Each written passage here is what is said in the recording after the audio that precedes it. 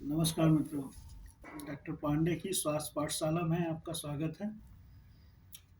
हम लोग लास्ट उसमें बात कर रहे थे ब्लड प्रेशर, डायबिटीज़ और ओबेसिटी की। हम लोगों ने बात की थी कि आर्थराइटिस की आज बात करेंगे। कल संडे को एक वेबिनार हुई थी मिलेट्स पे। थोड़ा लेट शुरू हुई लेकिन लेट बाद में काफ़ी लोग आए, अच्छा डिस्कशन रहा। नेक्स्ट संडे को एक और वेबिनार करने की प्लानिंग है, लेकिन नेक्स्ट संडे को शायद जो है G20 यहाँ पर इन्वेस्टर समिट हो रही है, उसमें पार्टिसिपेट करना है, तो शायद मिस कर जाएं। देखते हैं, कोशिश करेंगे कि हम लोग ज़रूर मिलें।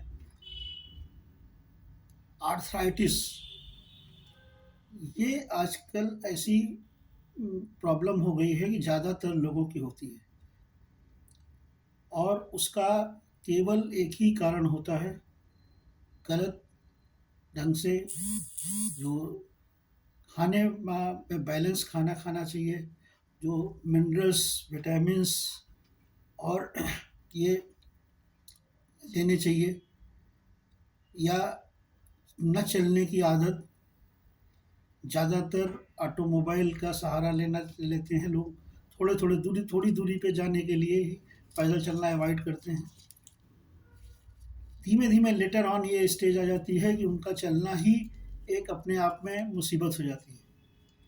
वैसे जितनी भी ये बीमारियां मॉडर्न एविडेंस मेडिसिन द्वारा बताई गई हैं, अगर इसमें इंग्लिश में टिस आता है बाद में, तो टिस का मतलब आप समझ लीजिए, इसका मतलब होता है इन्फ्लेमेशन, सूजन से। तो आर्थराइटिस में ज़्यादा ये जो जॉइंट्स होते हैं हमारे शरीर में, जो भी जॉइंट्स हैं, वहाँ पर एक स्वेलिंग आ जाती है, जिसकी वजह से स्टिफनेस आती है, और स्वेलिंग होने के कारण वहाँ पर ब्लड फ्लो भी कम हो जाता है, क्योंकि वहाँ पर जो खून की नलियाँ हैं वो दबाव में आ जाती हैं और वहाँ पर कम ब्लड पहुँचता है, और वहाँ से वापस वेनस ब्लड से भी ब्लड कम वापसी होती है उसकी। तो इसके कारण वहाँ पर किसी भी तरह का न्यूट्रिशन नहीं पहुँचने पाता है। हमारे शरीर में केवल ब्लड सर्कुलेशन ही ऐसा माध्यम है जो हर अंग को न्यूट्रिशन पहुँचाता है, गैसेस पहुँचाता है, ऑक्सीजन पहुँचाता है, और वहाँ पर मेटाबॉलिक के बाई प्रोडक्ट होते हैं, उनको लेके बाहर आता है और फिर लीवर में जाता है, लीवर किडनी में जाता है, वहाँ पर सफाई होती है, फिर जो चीज़ें जहाँ जहाँ जानी होती हैं वहाँ पर जाती हैं। इन्फ्लेमेशन को अगर हम कंट्रोल करें अपने डाइट के सिस्टम से, इसमें एक हल्दी एक ऐसा किचन मेडिसिन का है टर्म, जिसको इसमें एक्टिव इंग्रेडिएंट करक्यूमिन होता है। तो करक्यूमिन आजकल है, बहुत सारी कंपनियां हैं, टर्मनोवा है, स्नैक्स है, स्नैक 30 है, ये लोग नैनो फॉर्म में, बल्कि टर्मनोवा लॉजेंजेस में आती है। तो ये जो है इजी टू एडमिनिस्ट्रेट करक्यूमिन की मात्रा पहुंचती है और ये एंटी इन्फ्लेमेटरी होता है। इसके अलावा जितने भी हमारे मिलेट्स हैं, मिलेट्स कैटेगरी के जितने भी जो ग्रेन्स हैं, वो सारे में जो है एंटी इन्फ्लेमेटरी प्रॉपर्टी होती है। चाहे वो मेथी हो, चाहे वो सावा का चावल हो, चाहे किनवा हो, चाहे जौ हो, बाजरा हो, मक्की हो, ये सारी चीज़ों में एक चीज़ कॉमन होती है कि ये एंटी इन्फ्लेमेटरी होते हैं।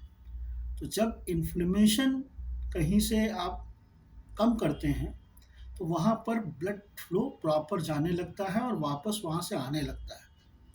तो वहाँ पर इसका मतलब न्यूट्रिशन भी पहुँच जाता है, जो आप खाते हैं, जो उसको हील करने में काम आएगा, पोषण मिलेगा, तो वहाँ पर सब चीज़ें करेक्ट चलेंगी, और मेटाबॉलिक प्रोडक्ट जो बनते हैं, जो अमोनिया है, गैसेस हैं, और कई कई सारी चीज़ें हैं बनती हैं जो हमारे शरीर की रिक्वायरमेंट नहीं है, और ब्लड के फ्लो के साथ वापस भी आसानी से जाती है।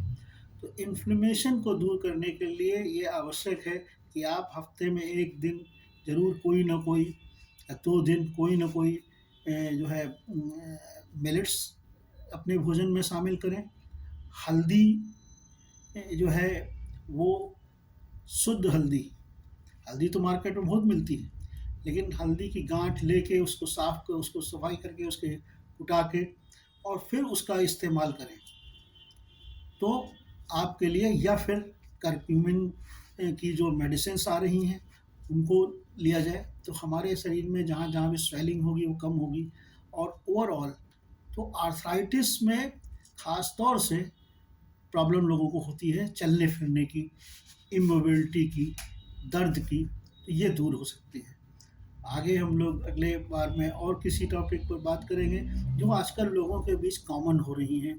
ज़रा जो जो नॉर्मल यंग एज में बच्चों को, जो 25 साल के हैं, 20 साल के हैं, 30 साल के हैं, उनको इस तरह की प्रॉब्लम हो रही है। कहीं कमर दर्द है, कहीं घुटने का दर्द है, कहीं उँगलियों में दर्द है, तो इस तरह से पेन हो रहे हैं उनके।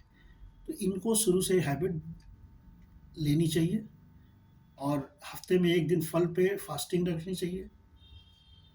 बाकी तो नहीं करेंगे तो दवाएँ हैं ही हैं।